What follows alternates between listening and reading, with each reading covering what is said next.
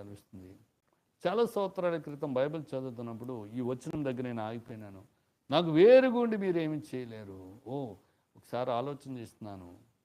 యేసు ప్రభు ఎవరో నాకు తెలియదు, ఆయన సంగతులు ఏంటో నాకు తెలియదు. ఇప్పుడు వరకు ఆయనకు వేరుగా నేను జీవించినాను. ఏం సాధించినాను? సంతోషం ఉందా? నీళ్ళు.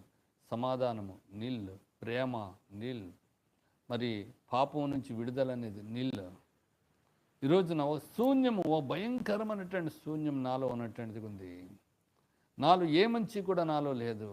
అలాంటి సమయంలో నేను ఒక తీర్మానం చేసుకున్నాను. ఏమనంటే, ప్రభువా, ఈరోజు నుంచి నీకు వేరుగా ఉండను, నీతో ఉంటాను.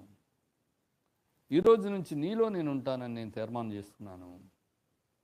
ఆ రోజు ప్రారంభమైంది నా యొక్క ఆత్మీయ యాత్ర. నా యాత్రా జీవితం ప్రారంభమైనటువంటిది ఉంది. ఇప్పటికీ